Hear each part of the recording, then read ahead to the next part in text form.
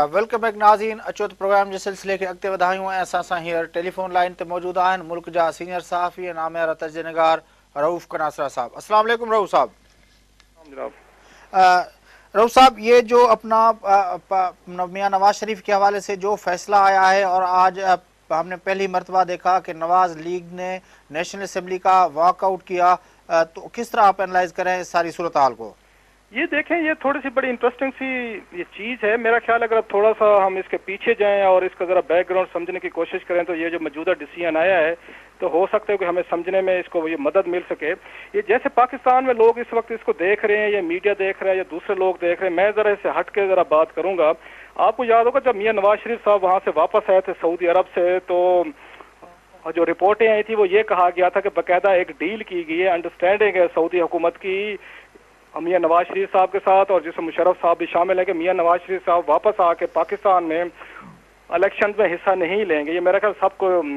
लोगों को पता होगा। और जब उन्होंने आके अपने पेपर सबमिट किए थे और उनके पेपर उनके रिजेक्ट किए गए थे, उस वक्त भी यही बात सामने आई थी कि ये शायद इनकी अंडरस्टैंडिंग का नतीजा है और ये महज ये जो जुडिशल कार्रवाई है एक तरह की रस्मी कार्रवाई है। अगर आप उस बात को लेकर चलें तो दोनों ने, मियां नवाज शरीफ ने और शहबाज शरीफ ने, वो इलेक्शन नहीं लड़ा था जो पिछला इलेक्शन हमने 18 फरवरी को देखा है। उसके बाद इन्होंने एक और अटेम्प्ट किए और ये मुमकिन है कि ये मेरा ख्याल सऊदीज का और जो जनाब मुशर्रफ का जो मुआहदा था कि नवाज शरीफ साहब वापस आके पाकिस्तान में आके इलेक्शन में हिस्सा नहीं लेंगे, हो सकता है ये उसकी कंटिन्यूएशन हो, उसका एक आगे लाजमी जुज़ हो। क्योंकि आप एक और बात नोट करें कि मियां नवाज शरीफ साहब एक तरफ तो ये कह रहे हैं कि वो पीसीओ जजेस के सामने पेश नहीं होंगे, लेकिन साथ में उनकी पार्टी ने यहाँ पे जो पीसीओ जजेस को कवर देने के लिए फिनांस बिल में 29 जजेस की जो सीटें रखी गई थी, मियां साहब की पार्टी ने बकायदा वहां पे वोट दिया है। सो ये जो डबल स्टैंडर्ड है, इससे कम से कम मेरे जहन में से डाउट क्रिएट्स हो रहे हैं कि ये सऊदीज की, जनरल मुशर्रफ की और नवाज शरीफ की जो पुरानी डील थी जिसमें तय पाया गया था कि नवाज शरीफ साहब आके नई पार्लियामेंट में नहीं बैठेंगे, वो इस डील का हिस्सा है। दैट इज वाई कि नवाज शरीफ साहब कहते हैं कि वो सुप्रीम कोर्ट में जाके इसको चैलेंज नहीं करेंगे। लेकिन एक तरफ वो चैलेंज नहीं कर रहे पीसीओ जजेस को और दूसरी तरफ पार्लियामेंट में उनकी पार्टी उन्हीं पीसीओ जजेस को रेगुलराइज करने के लिए वोट डाल दिया। So it's a very tricky situation के इस पे ये मेरा जहन इन तमाम चीजों को मानने को तैयार नहीं है। अच्छा रऊफ साहब, ये जो चौधरी निसार ने आज जो कौमी असेंबली में कहा है कि जो पीसीओ जजेस हैं उनको कोई आमिर नहीं बल्कि मौजूदा हुकूमत तहफ़्फ़ुज़ दे रही है और पाकिस्तान पीपल्स पार्टी अपनी पोजीशन वाज़े करे, तो आप इस बयान को किस अपना जगह पे प्लेस करेंगे? बात यह कि चौधरी निसार साहब से सबसे बड़ी बात पूछने वाली है कि वो किस हुकूमत की बात कर रहे हैं। वो खुद इस हुकूमत का हिस्सा है, उनकी पार्टी ने पीपल्स पार्टी को सपोर्ट की हुई है, उन्हीं की सपोर्ट की वजह से आज ये हुकूमत कायम है। लिहाजा उनका ये कहना है कि ये हुकूमत पीपल्स पार्टी की हुकूमत होगी वो ठीक है, लेकिन इसमें इनका उतना ही भी शेयर है। और दूसरी बात उनसे चौधरी निसार से ये पूछने वाली थी कि अगर आप इन पीसीओ जजेस को नहीं एक्सेप्ट करते तो फिर आपने पीसीओ जजेस के लिए सीटें बढ़ाई गई, फिर आपकी पार्टी ने वो जाके वोट क्यों डाला? सो ये जो पीएमएल नवाज का डबल फेस है, जो एक तरह के मुनाफकत की पॉलिटिक्स की जा रही है और एक तरह का लोगों को फिर से बेवकूफ बनाने की बात हो रही है, मेरे लिए तो कम से कम ये चीज अंडरस्टैंडेबल नहीं है कि एक तरफ आप एक प्रिंसिपल स्टैंड की बात करते हैं, आप कहते हैं हम पीसीओ जजेस को मानते नहीं है, हम इनके सामने पेश नहीं होंगे, अपने आप को डिस्क्वालीफाई करवा लेते हैं, लेकिन दूसरी तरफ आप अपनी पार्टी को कहते हैं कि उन्हीं पीसीओ जजेस के लिए सीटें बढ़ाई के पार्लियामेंट में जाकर वोट डालें। इट्स ये डबल गेम जो मेरा ख्याल है, एक तरफ मियां नवाज शरीफ साहब अपनी पॉलिटिक्स कर रहे हैं, साथ में उन्होंने दो चार अपने political lieutenants like Chaudhry Nisar है उनको उन्होंने एक नई लाइन दी दी। ये मेरा ख्याल लोगों को कंफ्यूज करने वाली एक बात है। लिहाजा बेहतर यही है कि इनसे पूछा जाए कि इनकी पार्टी इस वक्त जो डबल पॉलिटिक्स कर रही है कि एक तरफ वो जजेस के साथ हैं और दूसरी तरफ कहते हैं हम इनको मानते नहीं है। सो ये चौधरी निसार का जो बयान है doesn't carry any big weight कि हुकूमत इनको प्रोटेक्ट कर रही है। हुकूमत से ज्यादा तो ये खुद प्रोटेक्ट कर रहे हैं पीएमएल नवाज। और आपको याद होगा शहरी रहमान ने रिकॉर्ड पे ये बात की है कि ये जो जजेस की तादाद बढ़ाने की प्रपोजल आई थी ये मियां नवाज शरीफ कैंप से ही है और ख्वाजा आसिफ ने इस बात को ये बाकायदा कंफर्म किया है और इन लोगों ने वोट डाल के इस व्यू को मजीद स्ट्रेंथन किया है कि ये पीसीओ जजेस को अकोमोडेट करने वाला जो फार्मूला है ये नवाज शरीफ की पार्टी की तरफ से किया है। सो जब तक ये डबल फेस और डबल गेम चलती रहेगी, अच्छा, लोग नहीं ख्याल कि इनकी बात को इस तरीके से पार्टी जो है उसकी जो अपना रविश है या उसका जो अपना मौक़िफ़ है उसको आप किस तरह एनालाइज करते हैं कि उन लोगों ने गवर्नमेंट ऑफ पाकिस्तान की तरफ से पिटीशन दाखिल करने का फैसला किया है और वज़ीर आज़म ने रिक्वेस्ट की है अपना इलेक्शन कमीशन ऑफ पाकिस्तान को कि आप जो है वो इलेक्शन मुलतवी कराएं अपना उस सीट पर जिस पे मियां नवाज शरीफ साहब का फॉर्म जो रिजेक्ट हुआ है? اگین اس سے یہ پتہ چلتا ہے, یہ وزیر اعظم صاحب کی بات بتا رہے ہیں کہ پاکستان میں جو جوڈیشری ہے, جس کے لیے ایک یہاں پہ سول سوسائٹی, میڈیا, لائر, ججز کے موومنٹ چلی ہے, یہ جو دوسری طرف اگر دیکھیں میاں نواز شریف کے ساتھ جو کچھ بھی ہوا ہے, یا وزیر اعظم صاحب جس طرح کی انٹرونشن کر رہے ہیں, اس سے یہ میرا خیال ان تمام جو حلقے ہیں جو اس وقت ججز کو, جو ایماندار ججز ہیں جنہوں نے حلف نہیں اٹھایا مشرف کی, جنہوں نے غلامی قبول نہیں کی, ان کی ریسٹوریشن کی تحریک کو مزید میرا خیال ہے یہ ایک طرح سپورٹ ملتی ہے کل والے ڈیسیژن سے اور آج وزیر اعظم کے ڈیسیژن سے, کہ پاکستان میں جب انڈیپینڈنٹ ججز نہیں ہوں گے, جوڈیشری انڈیپینڈنٹ نہیں ہوگی, اس طرح کے ڈیسیژن آئیں گے اور پی سی اے ججز آ کے یہی کچھ کریں گے. یہ تو پیپلز پارٹی کے لیے بھی لمحہ فکرہ ہونے چاہیے کہ وہ یہ کس طرح کے ججز کو بیک کر رہی ہے, کہ ان کے اپنے کولیشن پارٹنرز بھی اب ان سے کمپلینٹ کرنا شروع ہو گئے, جیسے آپ نے خود بات کی ہے کہ یہ چودھری نثار نے کہا کہ حکومت ان کو پروٹیکٹ کر رہی ہے. تو کہنے کا مطلب یہ ہے کہ ایک طرف تو یہ وہ ججز ہیں جن کے ڈیسیژن کو ان کی اپنی حکومت جو ان کو پروٹیکٹ کرے وہ ماننے کے لیے تیار نہیں ہے, اور دوسری طرف وزیر اعظم کو یہ باقاعدہ انٹرونشن کر کے بتانا پڑتا ہے کہ آپ وہاں پہ الیکشن کو روک دیں. اور یہ میرا خیال ہے ایک طرح کا حکومت کا جو رول ہے ان پی سی او ججز کی وجہ سے, حکومت کا رول, ایگزیکٹو کا رول جوڈیشری میں بہت بڑھ رہا ہے, اور جس کو روکنے کے لیے میرا خیال ہے آج جو پچھلے ججز بیٹھے ہیں ان کو لانے کی ضرورت ہے, تاکہ پاکستان میں انڈیپینڈنٹ جوڈیشری ہو جس کے فیصلوں پہ ایک طرح کا اعتماد ہو, اور جس کے فیصلوں کو انڈو کرنے کے لیے وزیر اعظم گیلانی کو کوئی ایگزیکٹو آرڈر نہ جاری کرنا پڑے الیکشن کمیشن کو, کیونکہ یہ تو پھر ایک طرح کی وہی بات ہوگی کہ آپ اپنے پارٹنرز کو خوش کرنے کے لیے آپ انٹرونشن کر رہے ہیں, ایگزیکٹو یا انٹروین کر رہی ہے جوڈیشل معاملات میں, چاہے وہ پی سی او ججز ہیں, ان کو ہم نہیں مانتے, لوگ نہیں مانتے, جو بھی نہیں مانتے, لیکن کہنے سے مراد یہ کہ حکومت نے اگر اس طرح کے ججز کے ڈیسیژن میں انٹرونشن کر دیا تو پھر اس طرح کے ججز کو ہٹاتی کیوں نہیں ہے؟ میاں صاحب کی جو اگر اس کی ڈسکوالیفیکیشن اپنا کہ کس طرح انالائز کرتے ہیں کہ اس کا سب سے زیادہ فائدہ کس کو ہوگا, پیپلز پارٹی کو ہوگا, میاں نواز شریف کی پارٹی کو ہوگا, یا اپنا اس کا فائدہ پریزیڈنٹ صاحب کی کیمپ کو ہوگا؟ آپ نے بڑا اچھا کوشچن کیا, it's a very good question by the way, I must say اس میں میرا خیال ہے دو parties they will gain a lot. Peoples Party بہت کچھ گین کرے گی کہ اگر میاں نواز شریف جیسا ٹاپنگ لیڈر, بڑا لیڈر ہے آف کورس, اگر وہ پارلیمنٹ میں نہیں بیٹھا تو پیپلز پارٹی کا جو اپنا وزیر اعظم ہے, ان کے وزیر ہیں, ان کو اپنی حیثیت اسالٹ کرنے میں بڑی مدد ملے گی, اور حکومت چلانی میرا خیال ہے زیادہ آسان ان کے لیے ہوگی مائنس نواز شریف ان دا پارلیمنٹ. ایک تو یہ ہے, اور دوسری طرف میرا خیال ہے اس کا سب سے بڑا بگ پولیٹیکل فائدہ نواز شریف کی پارٹی کو یقیناً جائے گا, اور جو ان کی اگر ڈرائیو ہے, جو اگر اپیرنٹ ان کی ڈرائیو ہے, جو پبلک فیس پہ ڈرائیو کر رہے ہیں کہ انہوں نے ججز کو ریسٹور کرنا ہے, ان کے اس موقف کو مزید میرا خیال تقویت ملے گی کہ پاکستان کو ایک طرح کا ایماندار یا ان ججز کی ضرورت ہے جو اپنا ضمیر رکھتے ہیں, جو ایگزیکٹو کے کہنے پہ ڈیسیژن نہیں کرتے, اور جو اپنا مائنڈ یوز کرتے ہیں, وہی جن کی میں بات کروں 3 نومبر والی جوڈیشری کی. لہٰذا ایک طرف میاں نواز شریف کو سمپتھی بھی ملی ہے, ان کا ایک جو سٹینڈ ہے وہ ونڈیکیٹ بھی ہو رہا ہے, وہ بار بار کہہ رہے ہیں, اور ان کا جو ایک بات ہے کہ میں ان ججز کے سامنے پیش نہیں ہوں گا چاہے میں ڈسکوالیفائی بھی کیوں نہ ہوں. میرا خیال یہ لوگوں میں زیادہ پاپولیرٹی یہ گین کرے گا, اور ڈیفینیٹلی ان کی پارٹی کو بڑا پولیٹیکلی طور پر بینیفٹس ہوگا. اور پلس یہ جو ججز کی موومنٹ پچھلے دنوں لانگ مارچ کی وجہ سے ڈاؤن ہوئی تھی, آپ نے نوٹ کیا ہوگا کہ جہاں دھرنا نہیں دیا گیا اسلام آباد میں, یہ موومنٹ ایک دفعہ دوبارہ اپنا مومنٹم ریگین کرے گی. لوگوں میں احساس ہوگا, ایون پولیٹیکل پارٹیز کے ورکرز میں احساس ہوگا کہ ان ججز کا جنہوں نے پی سی او کو حلف نہیں اٹھایا ان کا واپس آنا کتنا ضروری ہے. اور جہاں تک لاسٹ آپ نے بات کی پریزیڈنٹ کیمپ کو کوئی فائدہ ہوگا یا نہیں ہوگا, میرا ذاتی طور پہ خیال نہیں کہ president camp is already in big troubles. وہ تو صدر صاحب اب کہہ سکتے ہیں, مشرف صاحب تو بہت پہلے ڈمپ ہو چکے ہیں, اور اس طرح کے ڈیسیژن کے آنے سے پبلک اوپینین مزید ان کے خلاف ہو جائے گی. جیسے آج پی ایم ایل نواز نے ایکیوز بھی کیا ہے کہ پریزیڈنٹ صاحب اس کے پیچھے ہیں, انہوں نے یہ ڈیسیژن کروایا ہے, لہذا یہ لوگوں کی نفرت تو بڑھے گی صدر صاحب کے خلاف.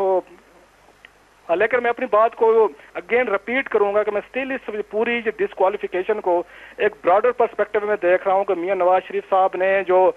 پاکستان واپس آنے سے پہلے سعودیز اور مشرف کے ساتھ ڈیل کی تھی کہ وہ پالیٹکس میں حصہ نہیں لیں گے, میرا خیال ہے یہ کہیں نہ کہیں. رؤف اگر اس بات کو ایک اور پہلو ہم اس کا جائزہ لیں, کیونکہ اگر پیپلز پارٹی اور پاکستان مسلم لیگ ان کے درمیان کوئی اپنا غلط فہمی ہوتی ہے, جس طرح آج چودھری نثار صاحب نے قومی اسمبلی میں خطاب کیا ہے, تو اس سے اگر ان کے درمیان کوئی ریفٹ ہوتی ہے تو اس کا فیصلہ بہرحال پریزیڈنٹ کیمپ کو کیوں نہیں ہوگا, کیونکہ اگر مسلم لیگ نواز فائنلی اگر وہ مرکزی حکومت سے سپورٹ اپنی واپس لے لیتی ہے تو پیپلز پارٹی گورنمنٹ چلانے کے لیے پھر کیو لیگ اور ایم کیو ایم کے ووٹوں پہ زیادہ اعتماد کرے گی اور ان پہ انحصار کرے گی. تو اس صورتحال میں پریزیڈنٹ کو ایک اسٹرینتھ نہیں ملتی نظر آتی آپ کو؟ नहीं, आप ये आपकी बात ठीक है, ये वो हम ये एनालिसिस हैं जो पिछले मेरा ख्याल है 3 माह से तमाम पॉलिटिकल एनालिस्ट कर रहे हैं, मीडिया बात कर रहा है कि अगर ये नवाज शरीफ ने अपनी पॉलिटिकल सपोर्ट हटा ली तो शायद पीपल्स पार्टी को पीएमएल-क्यू से या एमक्यूएम से उनको अलायंस करना पड़ेगा। लेकिन मैं ये बात जो हमारी अंडरस्टैंडिंग है, इनसे मिलते रहते हैं, इनसे ये मियां नवाज शरीफ से दूसरे कैंप के, मेरा ज़ाती तौर पर यह व्यू है कि कभी भी नवाज शरीफ और उनकी पार्टी के लोग इस तरह का स्टेप नहीं लेंगे जिससे मौजूदा जो ये करंट सिचुएशन है इसमें कुछ चेंज है, क्योंकि अगर कोई चेंज आती है इस्लामाबाद में, ये जहन में रखिएगा, तो इसका मतलब ये होगा कि प्रेसिडेंट मुशर्रफ रिवाइव हो जाएंगे दोबारा, प्लस ये पीएमएल-क्यू का और ये एमक्यूएम का रोल बढ़ जाएगा, और एक यहाँ पे एंटी गवर्नमेंट आएगी जो कि सूबा पंजाब में उनके लिए प्रॉब्लम पैदा कर सकते हैं, शहबाज शरीफ के लिए, दूसरों के लिए। और नवाज शरीफ कभी नहीं चाहेंगे, जिस तरह मैं उनको जानता हूँ, थोड़ा सा उनकी नेचर का या थोड़ा सा पॉलिटिकल उनकी आप कह सकते हैं माइंड सेट का मुझे जरा अंदाजा है एज ए रिपोर्टर, वो कभी भी नहीं चाहेंगे कि उनके किसी भी कोई हार्श या कोई उनके एक्सट्रीम स्टेप की वजह से प्रेसिडेंट मुशर्रफ दोबारा पावर में, जो कि फॉलोइंग प्रेसिडेंट है, वो दोबारा से रिवाइव करें, और लिहाजा वो कुछ भी हो जाए, मैं आज आपको मतलब क्लियरली जो मैं बता रहा हूँ, इवन इससे कोई बड़ा भी डिसीजन हो जाए पीएमएल नवाज के खिलाफ चला जाए अगर कोर्ट से या इवन एस्टेब्लिशमेंट से, मेरा नहीं ख्याल कि नवाज शरीफ इस तरह का रिस्क लेंगे कि 8 साल वो बह रहे हैं, उन्होंने मारें खाई हैं, उन्होंने जेलें भुगती हैं, कि वो आके महज गुस्से में आके जज्बात में आके वो ऐसा फैसला करें कि जिससे दोबारा प्रेसिडेंट मुशर्रफ की प्रो पार्टीज लाइक एमक्यूएम या पीएमएल की पावर में, लिहाजा नवाज शरीफ के बयान जो चौधरी निसार जिसका हवाला आप दे रहे हैं, ये महज बारगेनिंग चिप के तौर पर यूज होते हैं, महज पॉलिटिकल फिलर्स होते हैं, जस्ट टू आप कह सकते हैं पीपल्स पार्टी हुकूमत को प्रेशराइज करने के लिए, बारगेन के लिए, गिव एंड टेक करने के लिए। यही वजह थी मेरा ख्याल है चौधरी निसार के बयान को अगर आप आगे रखें, जैसे आपने पहले बताया कि गिलानी साहब ने बकायदा उनको कहा है कि आप ये वहां पे इलेक्शन रोक दें, इससे तो लगता है कि ये उनका जो पॉलिटिकल प्रेशर था वो प्रेसिडेंट प्राइम मिनिस्टर के लिए था और जिसने काम दिखाया है। लेकिन हैविंग सेड ऑल दिस, अगर फिर भी नवाज शरीफ को इलेक्शन लड़ने का मौका नहीं मिलता, मेरा नहीं ख्याल कि ये पीएमएल नवाज इस तरह का कोई थोड़ा सा भी रिस्क लेगी कि वो वहां से पॉलिटिकल अलायंस से वॉकआउट कर दे और प्रेसिडेंट मुशर्रफ को दोबारा, मतलब आप समझते हैं कि मामलात में कोई इतनी बड़ी चेंज नजर आपको नहीं आ रही इन सारे फैसलों के पीछे? नहीं, मुझे बिल्कुल नजर नहीं आ रही। और आप देखेंगे जब तक प्रेसिडेंट मुशर्रफ साहब पावर में बैठे हुए हैं, प्रेसिडेंसी में बैठे हुए हैं, मुझे कम से कम पीपल्स पार्टी में और नवाज शरीफ कैंप में कोई रिफ्ट होती नजर नहीं आती। और ये जो इस तरह के बयान है चौधरी निसार के, जैसे मैंने पहले कहा, ये पॉलिटिकल फिलर्स होते हैं और पॉलिटिशियन इस तरह के बयान दुनिया भर में कोलिशन गवर्नमेंट में देते रहते हैं, लेकिन ये पब्लिक कंजम्पशन के लिए होती हैं, लोगों के लिए इस तरह के बयान होते हैं, मीडिया के लिए होते हैं, लेकिन जब कमरों में बैठते हैं ये लोग तो ये बड़ा प्रैग्मेटिक और बड़ा सोच समझ के अपनी पॉलिसीज बनाते। लिहाजा ये तवक्को रखना कि आज वाले डेवलपमेंट से या इस तरह के स्टेटमेंट से कोलिशन टूट जाएगी या इसमें कुछ चेंज है, कम से कम मैं नहीं देख रहा as a reporter. Thank U very much Rauf, आपने हमें ज्वाइन किया। नाज़रीन, रऊफ कनासरा साहब मुल्क जा सीनियर तजनिगार असां सां गॾु हुआ ऐं तव्हां ॿुधो त उनजो बिल्कुलु वाज़े मौक़िफ़ इहो त ही जेका सॼी सूरत हाल आहे, मियां नवाज़ शरीफ़ चाहे उनखे भली नाअहल करार ॾिनो वञे ऐं उन ते इन खां बि जेकॾहिं सख़्तु फ़ैसिला जेकॾहिं कोर्टुनि जे तरफ़ां ईंदा त बि जेसिताईं प्रेसिडेंट मुशर्रफ साहब वेठो आहे तेसिताईं हू जेको आहे पाकिस्तान मुस्लिम लीग नवाज़ जेको आहे उन हवाले सां का वॾो बुनियादी तब्दीली वारा फ़ैसिला न कंदी आहे, उन हवाले सां पीपल्स पार्टी उन्हनि जे विच में जेका कोalition आहे उनमें का तब्दीली न ईंदी। नाज़रीन, इहो पंहिंजो व्यू हिकिड़ो रऊफ़ जो पंहिंजो पॉइंट ऑफ व्यू आहे, पर दुनिया पाकिस्तान में कुझु तजनिगार हिन सॼी सूरत हाल खे ॿिए अंदाज़ में ॾिसनि पिया। जेको मूं रऊफ़ खां पुछियो बि सही त क्यू लीग ऐं एमक्यूएम पाकिस्तान पीपल्स पार्टी ऐं अवामी नेशनल पार्टी जेकॾहिं नवाज़ लीग जुदा थी वञे त उहा हुकूमत ठही सघे थी ऐं उन सां प्रेसिडेंट मुशर्रफ जी जेका स्ट्रेंथ आहे उहा बि वधी सघे थी ऐं उन सां शायदि जेके वेस्टर्न पंहिंजो फोर्सिस आहिनि, जेके नाटो जा फोर्सिस आहिनि जेके अफ़गानिस्तान में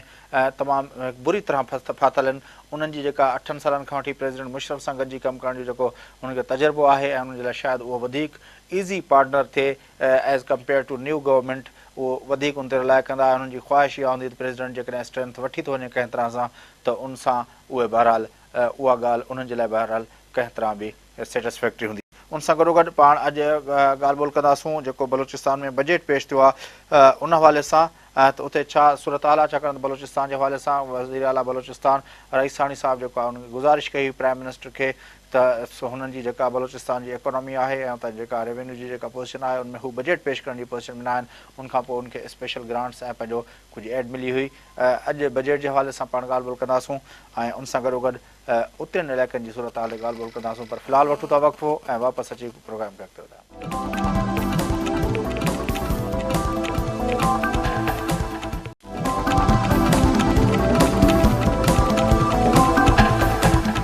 वेलकम बैक नाज़रीन। अचोत प्रोग्राम जे सिलसिले के अॻिते वधायूं ऐं असां सां हींअर टेलीफोन लाइन ते मौजूदु आहिनि सरहद हुकूमत जा सीनियर वज़ीर ऐं अवामी नेशनल पार्टी जा मरकज़ी अॻवान जनाब। अस्सलाम वालेकुम बिलोर साहब। वालेकुम अस्सलाम। बिलोर साहब, आज कुछ दिनों से जो सूरत हाल नज़र आ रही है सवात में भी और उससे मुल्का जो अपना वज़ीरिस्तान वाले इलाके हैं, तो कुछ इस तरह नहीं लगता कि अमन की जो कोशिशें थी वो अब रिवर्स की तरफ जा रही हैं? हाँ, जहाँ तक स्वाद का मसला है, खुदा के फजल से वहाँ ऐसी कोई बात नहीं। कोई थोड़े बहुत हिंड्रेंस थी जो हमने उनसे बातचीत करके कोई अच्छे तरीके से हमने सेटल किया हुआ है, और कुछ अभी ज़रा सा रिजर्वेशन हैं उनकी भी और हमारी भी। इंशाल्लाह बातचीत के ज़रिए हम वो हल करेंगे। और जहाँ तक वज़ीरिस्तान का ताल्लुक है, तो ये तो फाटा का इलाका, ये मरकज़ी हुकूमत के कंट्रोल में है, इसमें हमारे पास की कोई बात नहीं। और इंशाल्लाह हमें उम्मीद है कि हम स्वाद में कंट्रोल अपना सही तरीके से जो हमारा मुआहदा है उस पर अमल दरामद करवा लेंगे। अच्छा, इत्तला ये है कि आज भी सवात में जो है सिक्योरिटी फोर्सेस और अपना तालिबान के दरमियान झड़प में जो है 2-4 आदमी हलाक हुए हैं। जी हाँ, वो मेरे इल्म में है। और वो कोई फौज अपनी वो फ्लैग पास कर रही थी वो अपनी, तो वो उसकी वजह से फ्लैग मार्च की वजह से तो उनका ख्याल था कि शायद कुछ वो ये हमले की बात है, तो उन्होंने फायरिंग शुरू करी, तो इसलिए कुछ थोड़ा बहुत अनप्लेजेंट हुआ, मगर हमने जल्द वो बातचीत करके उस चीज़ को सेटल कर लिया। अच्छा, अब बिलोर साहब, जिस तरह आप कह रहे हैं कि वज़ीरिस्तान और ये टांक वगैरह और जंडूला वगैरह के जो इलाके हैं वो प्रोविंशियल गवर्नमेंट के भले उसमें ना आए, लेकिन उन मामलात का बहरहाल एक इम्पैक्ट जो है वो पड़ता है। तो आप समझते हैं कि ये जो सारी जो फिजा है इस वक्त, उससे वो नहीं लगता कि अब जो नई गवर्नमेंट ने अमन की कोशिशें की थी और जिस पे अमेरिकी हुकूमत ने एक अपनी नापसंदीदगी का इजहार किया था, अब वो चीज़ें रिवर्स की हो रही है? देखें, जहाँ तक हमारा ताल्लुक है, हमारी तो कोशिश है कि हम बातचीत से मसला हल करें, मगर आपके इल्म में है कि यहाँ कोई सिर्फ बहुत सी कुव्वतें हैं जो यहाँ पे काम कर रही हैं, तो सारी कुव्वतों को तो अब हम नहीं कर सकते, क्योंकि वो तो कुछ मरकज़ी हुकूमत के कंट्रोल में इलाके हैं और कुछ पॉलिसियाँ जो है वो मरकज़ी हुकूमत से आती हैं। जहाँ तक हमारे सूबे का ताल्लुक है और सूबाई हुकूमत का ताल्लुक है, हमारी तो आपको पता है कि हमारी तो पार्टी की जो बुनियादी बात है वो तो अदम तशद्दुद वाली बात है, बादशाह खान की। तो हम तो अदम तशद्दुद वाले लोग हैं, हम तो कहते हैं कि जो भी हैं हम बातचीत के मसले हल कर लें तो ज़्यादा बेहतर होगा बनिस्बत खून खराबे के। अच्छा बिलोर साहब, खुदा ना खास्ता अगर कोई ऐसी बात ना हुई तो फिर हुकूमत जाने और वो लोग जाने, हुकूमत अपनी रेट तो ज़रूर बहाल रखेगी, मगर हमारी कोशिश है कि हम मुज़ाकरात के जरिए मसला हल करें। अच्छा बिलोर साहब, आप एक तरह से तो आप भले वज़ीर तो सीनियर वज़ीर हैं अपना बलोच सरहद हुकूमत के, लेकिन आप अवामी नेशनल पार्टी के मरकज़ी रहनुमा भी हैं और अवामी नेशनल पार्टी जो है वो मरकज़ी कोalition का भी हिस्सा है। तो आप क्या समझते हैं कि इन जो सारी फ़िज़ा है इसमें जो ख़ास तौर पर अवामी नेशनल पार्टी का जो विज़न है इस सारे मामलात को डील करने का, उसको आप नहीं समझते कि इस वक्त जो चीज़ें हैं और ख़ास तौर पर जो करज़ई साहब के जो स्टेटमेंट्स हैं उन सारे से ये मामलात पीछे जा रहे हैं, आगे नहीं बढ़ रहे? मामलात मेरे अपने ज़हन के मुताबिक तो कोई अच्छे तरफ नहीं जा रहे, और ये हालात जो है वो अच्छी तरफ नहीं जा रहे। हमारी तो कोशिश है कि खुदा करे अच्छी तरफ जाएं, मगर कोई हालात दिखाई नहीं दे रहे अच्छी तरफ जाने पे, और अब मजबूरी है। अब हम क्या करें, हमारी तरफ से तो कोशिश वही है, मगर कुछ जो जैसे कि आपने फरमाया, मेरे ज़ाती तौर पे मेरा ख्याल है कि हालात अच्छी तरफ नहीं जा रहे। चाहिए कि दोनों तरफ से कुछ अंडरस्टैंडिंग बन जाए, खुदा करे तो बेहतर होगा। अच्छा, अमेरिका की तरफ से जो आज भी इतला ये मिली मीडिया को कि अपना सिक्योरिटी, उनके जो अपना जासूसी तैयारे हैं वो हमारी सरहदों के ऊपर जो है उनकी परवाज़ें देखने में आई हैं और उसकी वजह से लोगों में खौफ व हिरास की जो अपना कैफियत है वो पैदा हो गई है। तो इस तरह की इतला आपके पास है? देखें, बात यह है कि ये जो हमारे अपने जो प्रॉब्लम्स है ना, ये उनकी वजह से अगर हम आपस में ठीक हों तो बाहर की किसी को जरूरत ना पड़े कि हमारे इलाके में परवास करे या हमारे इलाके में आए। तो ये सब कुछ जो है ये हमारी अपनी किए का वो उसका जो हम कर रहे हैं, जो हमने किया हुआ है उसका रिएक्शन हो रहा है। और अगर हम आपस में बैठकर सही तरीके से एक दफ़ा एक सेटलमेंट अपने मुल्क में कर लें तो मेरे ख्याल में बाहर की किसी की जरूरत नहीं होगी। और जब आप आपस अंदर में कमज़ोर होंगे तो फिर बाहर की कुव्वतों को ज़रूर इंटरफेरेंस का वो मौका मिल जाता है। अच्छा बिलोर साहब, एक जो पश्तून एक ट्रेडिशंस है उसमें जरगे की अहमियत भी बहुत है, और हमने देखा था कि पिछले साल जो अपना काबुल में जो जरगा हुआ था, ऊंचा बोले, میں نے کہا پچھلے سال جو اپنا کابل میں جرگہ ہوا تھا ٹرائبل ایریاز اور پشتون جو روایت کے مطابق جرگے کی ایک اہمیت ہے، پچھلے سال جو کابل میں جرگہ ہوا تھا، آپ کیا سمجھتے ہیں کہ وہ اس سارے معاملات کو، دونوں طرف کے معاملات کو ٹھیک کرنے کے حوالے سے اس کا کوئی رول رہا ہے یا وہ اس کا رول ختم ہو گیا ہے؟ وہ میرے خیال میں بات یہ تو اتنا پرانا مسئلہ ہے، اس میں تو بار بار، اور وہ اتنا بڑا جرگہ تھا کہ جس میں سیٹلمنٹ بات ہونے کا مشکل تھا. یہ تو تھوڑے سے لوگوں کا جرگہ ہو جو بیٹھ کے اپنی بات کو ایک دوسرے کو سمجھے اور ایک دوسرے کو سمجھنے کے بعد فیصلے کریں. وہاں تو 500 آدمیوں کا 600 آدمی میں تو جو ہوتا ہے وہ تو بات پھر اتنی 2 دن کے لیے گئے اور 2 دن میں تو اتنا مسئلہ حل نہیں ہوتا. یہ تو اس کو فالو اپ کرنا چاہیے تھا اور گورنمنٹ نے اس کو فالو اپ نہیں کیا. میرے خیال میں اس کو فالو اپ کیا جائے اور سب لوگوں کو، تمام مقطع فکر کے لوگوں کو بٹھا کر اگر بات کی جائے تو میرے خیال میں بات بن سکتی ہے. مطلب آپ سمجھتے ہیں کہ اب بھی اگر گورنمنٹ آف پاکستان یا افغانستان کی حکومت کی طرف سے اس طرح کی کوششیں ہوں کہ دونوں طرف سے جو پشتون اپنا عمائدین ہیں ان کو اکٹھا کر کے کوئی اس طرح کے جرگے اور کنٹینیوٹی کے ساتھ بلائے جائیں تو ان معاملات کو سیٹل کرنے میں وہ بہت مددگار ہو سکتے ہیں؟ بالکل بالکل بالکل. اگر یہ اس طریقے سے یہ پختون علاقوں میں مشران جو ہمارے ان کو بلائیں اور بیٹھ کر، اور جو افغانستان میں جو لوگ ہیں جو جنگ کر رہے ہیں، جو ہمارے پاکستان میں لوگ ہیں، ان کو بٹھا کر بات چیت کی جائے. آخر یہ تو پختون ہے سارے، اور پتہ نہیں یہ پرابلم کیا بن گیا ہے کہ خدا نے ہمارے علاقے میں ایسا کوئی حالات پیدا کر دیے. یا آپ کو علم ہوگا کہ ہمارے بزرگوں نے آج سے 25 سال پہلے کہا تھا کہ افغانستان میں جو کچھ ہو رہا ہے اس کا ریئیکشن پاکستان میں ہوگا، مگر اس وقت کے لوگوں نے ہماری بات کو خیال نہیں کیا اور انہوں نے اسلام کی جنگ کی، اور وہ اصل میں روس اور امریکہ کی جنگ تھی، اور آج دیکھیں کہ اس کا خمیازہ ہم بھگت رہے ہیں.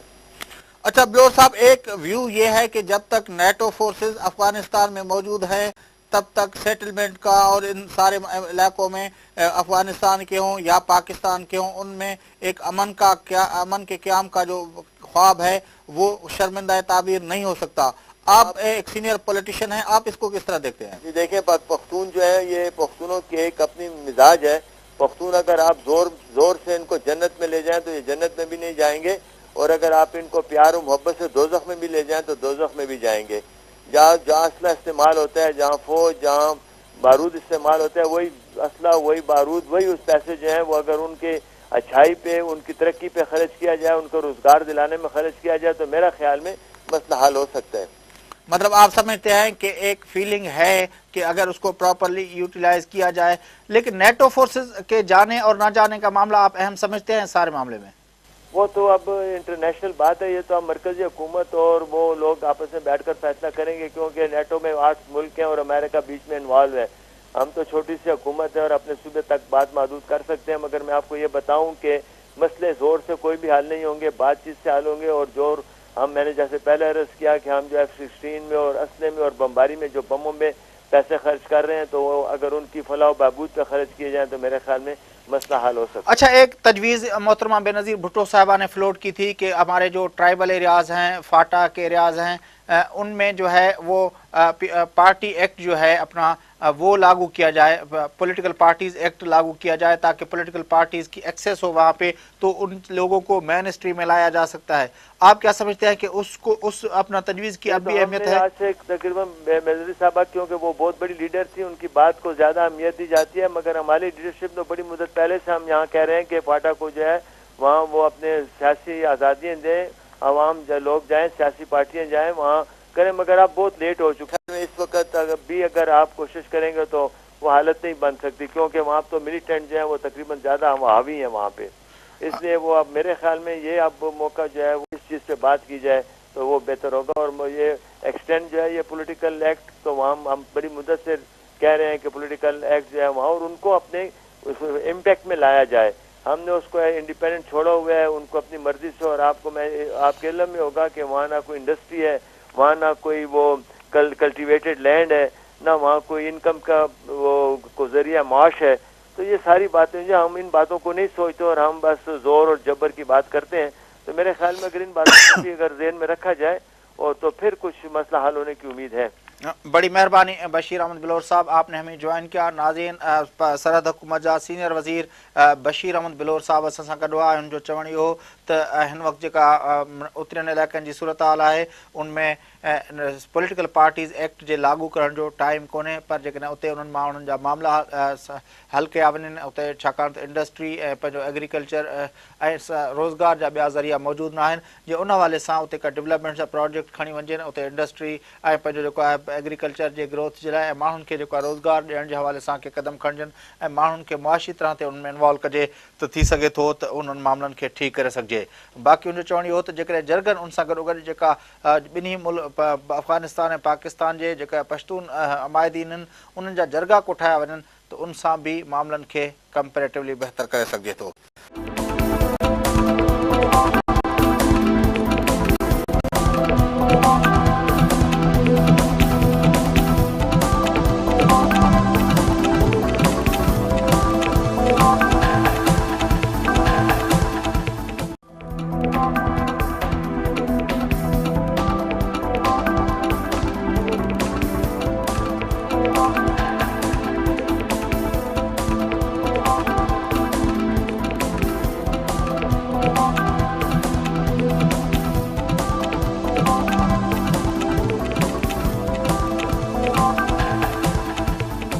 अस्सलाम वालेकुम नाज़रीन, सिंध टेलीविजन न्यूज़ जे प्रोग्राम जाइज़ो सां गॾु मां आहियां मुंहिंजो मेज़बान फयाज़ नाइज।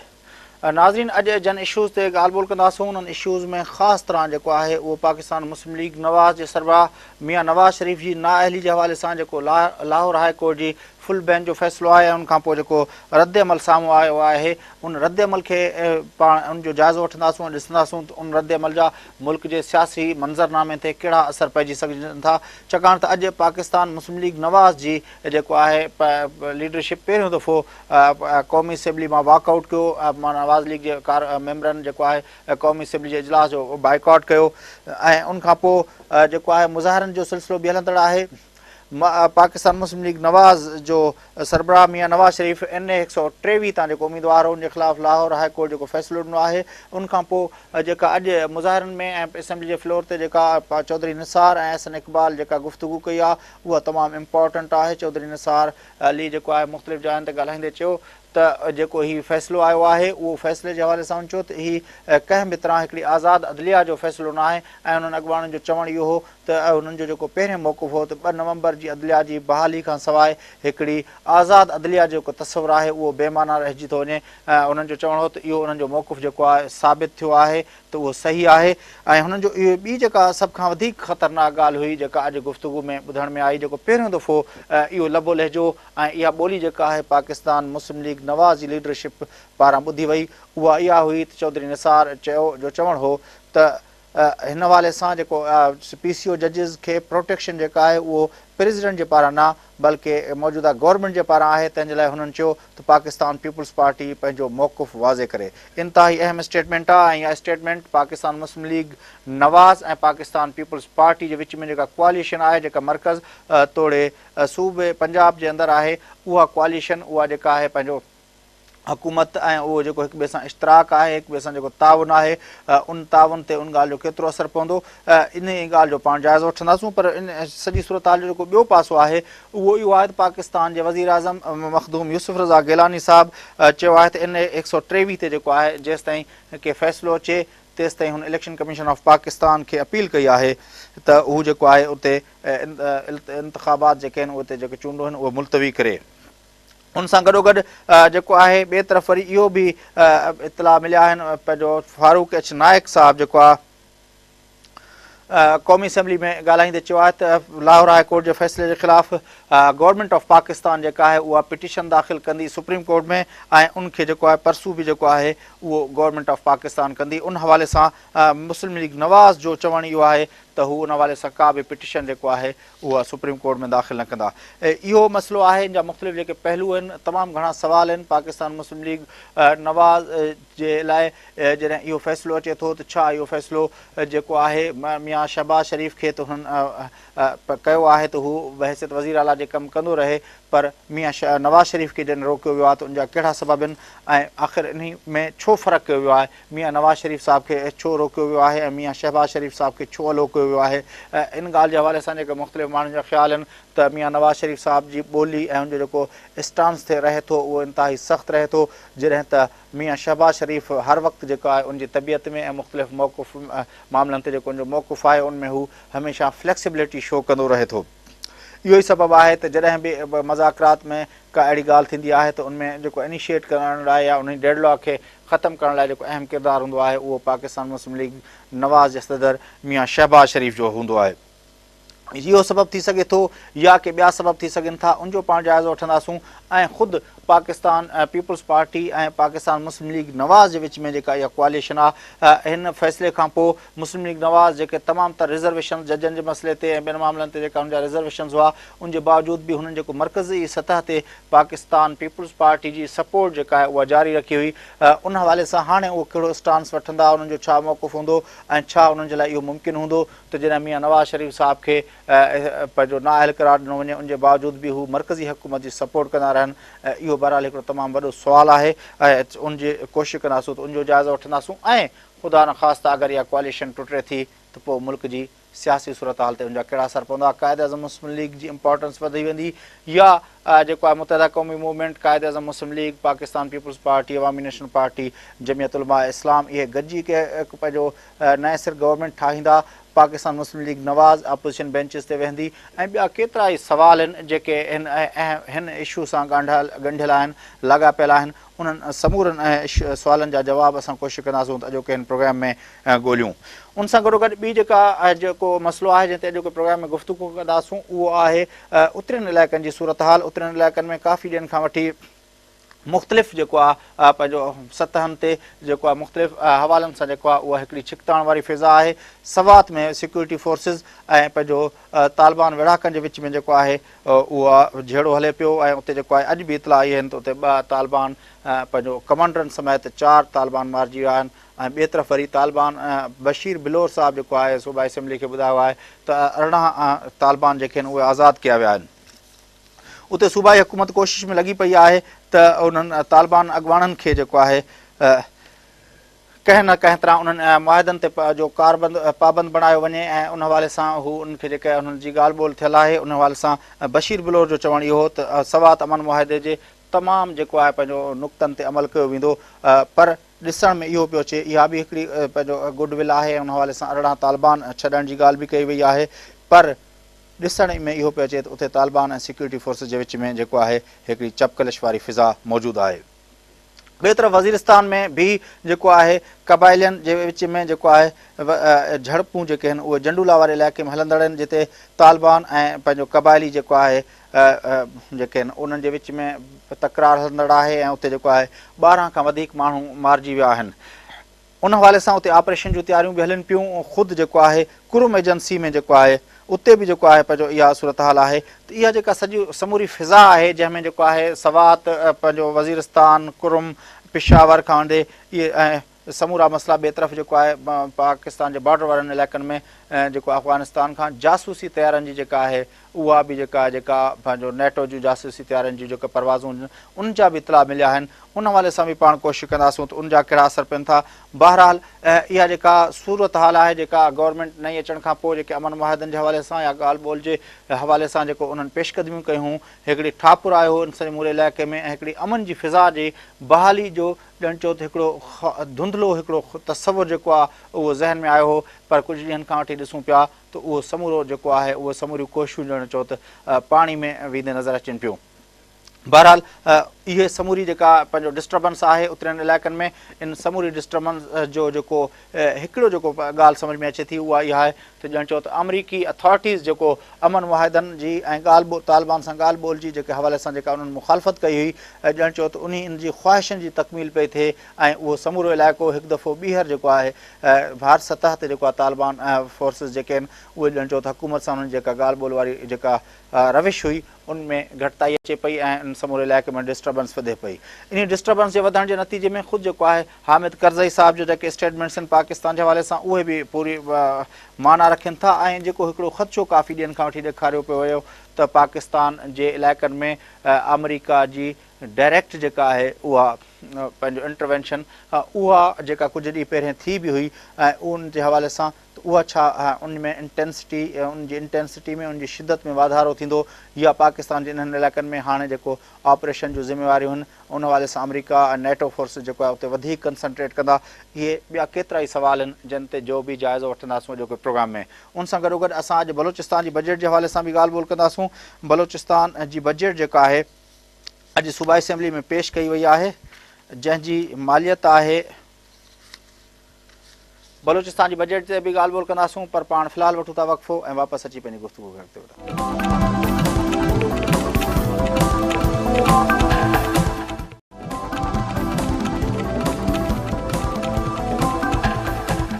वेलकम बैक नाज़रीन, अचो त प्रोग्राम जे सिलसिले अॻिते वधायूं ऐं हाणे पाण ॻाल्हि ॿोल कयूं था बलोचिस्तान जे हवाले सां। बलोचिस्तान में बजट जे हवाले सां जेका अॼु प्रोसीडिंग थी आहे उहा इहा थी आहे त बलोचिस्तान असेंबली 2007-2008 जे हवाले सां हिकिड़ो जेको आहे ज़मनी बजट पास कयो आहे जेको 17 अरब 52 करोड़ रुपयनि ते मुश्तमिल हो। उन हवाले सां वज़ीर ख़ज़ाना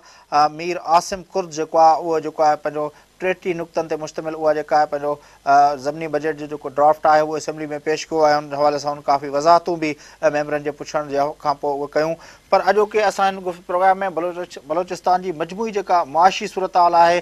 उन जो ज़िक्र कंदासीं छाकाणि त बलोचिस्तान जी मुआशी सूरत हाल जे हवाले सां कुझु ॾींहं अॻु वज़ीर आला बलोचिस्तान बाक़ाइदा प्राइम मिनिस्टर साहिब खे अपील कई हुई त बलोचिस्तान जी सूरत हाल अहिड़ी आहे जो उनमें बजट पेश करणु बिल्कुलु मुमकिन कोन्हे ऐं उनखां पोइ प्राइम मिनिस्टर साहिबु उन हवाले सां के ग्रांट्स ऐं पंहिंजो कुझु पंहिंजो एड्स जे हवाले सां बि के ऐलान कया आहिनि। उन जा समूरा तफ़सील वठूं था। बलोचिस्तान मां असां सां टेलीफोन लाइन ते मौजूदु आहिनि सिंध टेलीविज़न न्यूज़ जा ब्यूरो चीफ जावेद लांगा। अस्सलाम वालेकुम जावेद। हेलो जावेद, सलाम वालेकुम। वालेकुम सलाम फयाज। जावेद, बलोचिस्तान जी में अॼु जेको पंहिंजो ज़मनी बजट मंज़ूर थियो आहे 17 अरब 52 करोड़ रुपयनि जो, असां इन मौक़े जो फ़ाइदो वठंदे बलोचिस्तान जी जेका मजमूई सूरत हाल आहे जंहिंमें कुझु ॾींहं पहिरियों वज़ीर आला प्राइम मिनिस्टर साहिब खे रिक्वेस्ट कई हुई त बलोचिस्तान जी सूरत हाल जेका मुआशी सूरत हाल आहे उनमें जेको आहे बजट पेश करणु बिल्कुलु नामुमकिन आहे ऐं उनखां पोइ प्राइम मिनिस्टर कुझु एड्स ऐं ग्रांट्स जो ऐलान कयो हो, त उन सॼे मामले जा तफ़सील तव्हांखे कहिड़ा मालूम आहिनि जेके असांखे ॿुधायो?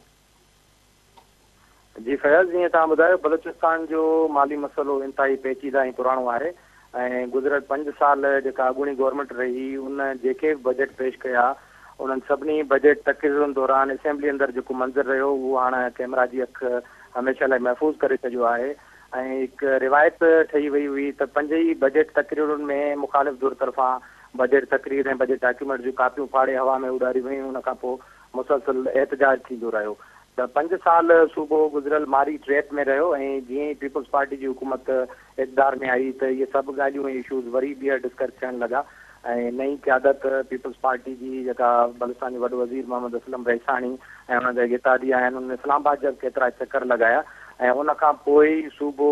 मौजूदा बजट पेश करण में कामयाबु थियो आहे। अदरवाइज़ इन खां अॻु सूरत हाल इंतिहाई तशवीशनाक हुई माशी सूबे जी। हींअर जेका पोज़ीशन आहे सूबाई नाणे वारे वज़ीर आसिम कुर्द गीलू असेंबली में जेका बजट पेश कई आहे उनजो टोटल वॉल्यूम 71 अरब 19 करोड़ 14 लख ऐं 28 हज़ार रुपया आहे ऐं जंहिंमें बजट जो खसारो 8 अरब 80 करोड़ 61 लख 61 हज़ार ॿुधायो पियो वञे ऐं उन सां गॾोगॾु वज़ीर आज़म पाकिस्तान यूसुफ रज़ा गिलानी तरफ़ां 3 अरब रुपयनि जी स्पेशल ग्रांट ॾियण खां पोइ नाणे वारे सूबाई वज़ीर मुताबिक़ इहो डेफिसिट घटिजी 5 अरब 80 करोड़ 61 लख 61 हज़ारनि ताईं वञी पहुचंदो। इन सॼी माली इमदाद उच्च पावर प्लांट जी मद में रॉयल्टी ॾियण बावजूदि बि सूबो अञा ताईं उन माली ट्रैप में फाथल आहे ऐं डेफिसिट बरक़रार आहे। सूबे में जेको तरक़ियाती कमनि जे लाइ काथो लॻायो वियो आहे उहो 15 अरब 74 करोड़ 53 लख 20 हज़ार रुपया आहे जंहिंमें foreign add Asian development bank ऐं जापान फंड वग़ैरह जा पैसा शामिल आहिनि। अहिड़ी तरह सां PSDP जो वॉल्यूम पिणु सूबे में गुज़िरियल साल जी भेट में कुझु % वधीक ज़रूरु आहे पर उहो ख़ातिर खां कोन आहे। अहिड़ी तरह लॉ एंड ऑर्डर जे मद में 14 अरब रुपया, सोशल कम्यूनिटी सर्विस लाइ 5 अरब रुपया ऐं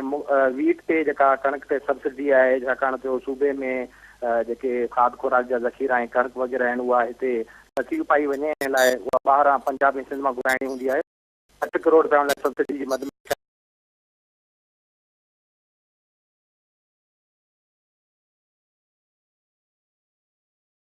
सिर्फ़ु 3 अरब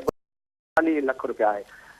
इन मां अंदाज़ो लॻाए सघिजो त सूबे जी पंहिंजी आमदनी केतिरी कलील आहे ऐं सूबे खे हर दफ़े बजट ठाहिण लाइ वफ़ाक़ तरफ़ ॾिसणो पवंदो आहे। ऐं हिन भेरे बिल्कुलु ईअं थियो त केतिरनि यात्राउनि खां पोइ वज़ीर आज़म जॾहिं 3 अरब रुपया ग्रांट ॾिनी ऐं उच्च पावर प्लांट जे मद में कुझु रॉयल्टी जा पैसा मिलिया तॾहिं सूबो वञी बजट ठाहिण जी पोज़ीशन में आयो आहे। फैज़ उन खां सवाइ बजट महदूद हुजण बावजूदि कुझु नंढड़ा इंसेंटिव कुझु मुलाज़िमनि लाइ पिणु ॾिना विया आहिनि, जंहिंमें वफ़ाक़ी हुकूमत जे फ़ैसिले खां पोइ 20% पेंशन में पघार में बाद 1 खां 4 ग्रेड जे मुलाज़िमनि खे अॻिए ग्रेड में तरक़ी ॾियणु, 16 खां 21 ग्रेड जे सेक्रेटेड मुलाज़िमनि खे यूटिलिटी मद में 400 रुपया ॾियणु ऐं गॾोगॾु सूबे लाइ 2424 नयूं आसामियूं पैदा करे नौजवाननि खे नौकिरी ॾियण समेत मुख़्तलिफ़ नंढा इंसेंटिव पिणु शामिल आहिनि। पर तंहिं हूंदे बि सूबे जो जेको माली मसइलो आहे पंहिंजी जाइ ते बरक़रार आहे ऐं सूबे जी जेका डिमांड आहे वफ़ाक़ खां त गैस डेवलपमेंट सरचार्ज ऐं जेके मादनी मिनरल रिसोर्सिस आहिनि उन जे मद में जेके वफ़ाक़ जा पैसा आहिनि उहो सूबो लॻभॻि 600 अरब रुपया काउंट करे रहिया आहिनि हिते सूबाई हुकूमत तरफ़ां ऐं मुतालबो कयो थो वञे त वफ़ाक़ उन मद में पैसा जारी करे। जी फयाज़। अच्छा, उहो जेको आहे उन्हनि जो 600 अरब रुपयनि जो जेको इहो क्लेम आहे इहो मरकज़ी सतह ते बि क़बूल कयो वियो आहे या इहो सिर्फ़ु सूबाई हुकूमत जो क्लेम रहियो आहे? फयाज़, गुज़िरियल हुकूमत खां हिन हुकूमत ताईं इहो क्लेम वरी रिपीट थियो आहे। 600 अरब रुपया हिकु वॾो वॉल्यूम आहे पैसनि जो। बुनियादी तौर बलूचिस्तान हुकूमत जो मौक़िफ़ आहे सम्झे थी त गैस जी मद में 1952 खां वठी ही सूबो सॼे मुल्क खे गैस बि ॾींदो रहियो आहे ऐं उन गैस जी आमदनी मां पूरे मुल्क में जेका सुई सदरनि ऐं सुई नाज़रनि गैस कंपनियुनि समेत जेके बि गैस कंपनियूं आहिनि उनजो मुकमल इंफ्रास्ट्रक्चर पिणु बलूचिस्तान जे पैसनि मां जुड़ियो आहे। इन करे सूबे जो हिकिड़ो मुतालबो आहे त जेके बि गैस जा इंफ्रास्ट्रक्चर आहिनि उहे बेसिकली बलूचिस्तान जे पैसनि सां ठहिया आहिनि। इन करे न सिर्फ़ु GBS जी मद में पर उन असेट्स जी मद में बि बलूचिस्तान खे कंपनसेट कयो वियो ऐं उनखे पैसा ॾिना वञनि। ऐं गॾोगॾु जेके मादनी वसीला आहिनि जंहिंमें सेंडक ऐं स्पेशली ॿिया कोयले जा कुझु प्रोजेक्ट्स आहिनि उन मां बि रेवेन्यू मर्कज़ तमामु घणो खणंदो रहियो आहे मुख़्तलिफ़ वक़्तनि ऐं सालनि में डिकेड्स में। इन करे सूबो सम्झे थो त इन सभिनी हेड्स में सूबे खे कंपनसेट कयो वञे ऐं गॾोगॾु सिंध खां पिणु 10 अरब रुपया पाणी जे मद मां जेको हब डैम मां वापदा जे ज़रिए सिंध खणे पई उन लाइ क्लेम कया पिया। इहो टोटल वॉल्यूम हिकिड़ो वॾा पैसा जुड़नि था जंहिं लाइ सूबो एडवोकेसी करे पियो। पर वफ़ाक़ तरफ़ां अञा ताईं को एॾो जेस्चर कोन आयो आहे जंहिंमें इन्हनि पैसनि खे मञियो वञे या ॾियण जी का हामी भरी वई। अच्छा, पंहिंजो जावेद जेको PSDP जेका हिन साल अनाउंस थी आहे पब्लिक सेक्टर डेवलपमेंट प्रोग्राम जेको थियो आहे अनाउंस थियो आहे 2008-2009 लाइ, उनमें त बलूचिस्तान जे हवाले सां काफ़ी प्रोजेक्ट्स आहिनि, हिकिड़ा त ऑनगोइंग प्रोजेक्ट्स आहिनि जीअं जंहिंमें जेको आहे पंहिंजो हिकिड़ो त डैम्स वग़ैरह जे हवाले सां कच्छी कैनाल जा प्रोजेक्ट जेके आहिनि उन ते बि काफ़ी पैसा रखिया विया आहिनि। कुझु नवां भी प्रोग्राम उनमें शामिल कया विया आहिनि? फयाज़, तव्हांखे अॼु ॿुधायो त जेको PSDP यानी डेवलपमेंट जो हेड आहे उन में टोटल पैसा 15 अरब 74 करोड़ 53 लख 20 इहो सूबाई आहे पर वफ़ाक़ी हुकूमत जो जेको डेवलपमेंट प्लान हिकिड़ी वॾी जेका आहे रक़म आहे उहा फॉरेन फंडिंग जी बि आहे। हिते जेके डैम ऐं मुख़्तलिफ़ मेगा प्रोजेक्ट्स पाण जेके सॾियूं था उहे टोटली वफ़ाक़ तरफ़ां फंडेड आहिनि। उहो हिकु अलॻि हेड आहे। वफ़ाक़ जो क्लेम आहे त 45 खां 50 बिलियन रुपीज़ पाइपलाइन में आहिनि जेके ईंदड़ 5-8 सालनि ताईं उहे पाइपलाइन में हूंदा ऐं बलूचिस्तान जे सभु मेगा प्रोजेक्ट जेके आहिनि उहे हलंदा रहंदा ऐं पाए तकमील ताईं पहुचंदा, जंहिंमां मीराड़ी डैम, कोस्टल हाईवे ऐं कुझु मनसूबा सुबकज़ई डैम वग़ैरह जेके नियर टू कंप्लीशन आहिनि या कंप्लीट थी विया आहिनि ऐं ग्वादर समेत मुख़्तलिफ़ मनसूबा अञा ताईं हली रहिया आहिनि जेके ईंदड़ 3 सालनि में मुकमल थींदा। बाक़ी सूबाई जेको PSDP जो वॉल्यूम आहे उहो इंतिहाई कलील आहे ऐं गुज़िरियल असेंबली में हिन असेंबली में पिणु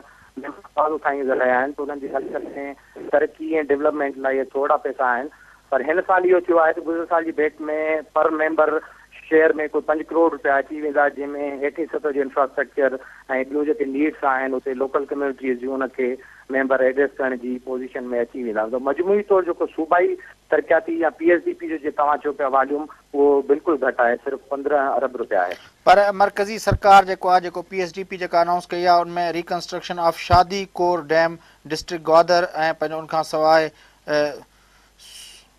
सुकलगई storage dam district Bolan Balochistan, construction of Porali dam district Lasbela Balochistan, इहे नवां प्रोजेक्ट्स आहिनि जेके हिन हुकूमत पंहिंजो जन लाइ पैसा रखिया आहिनि।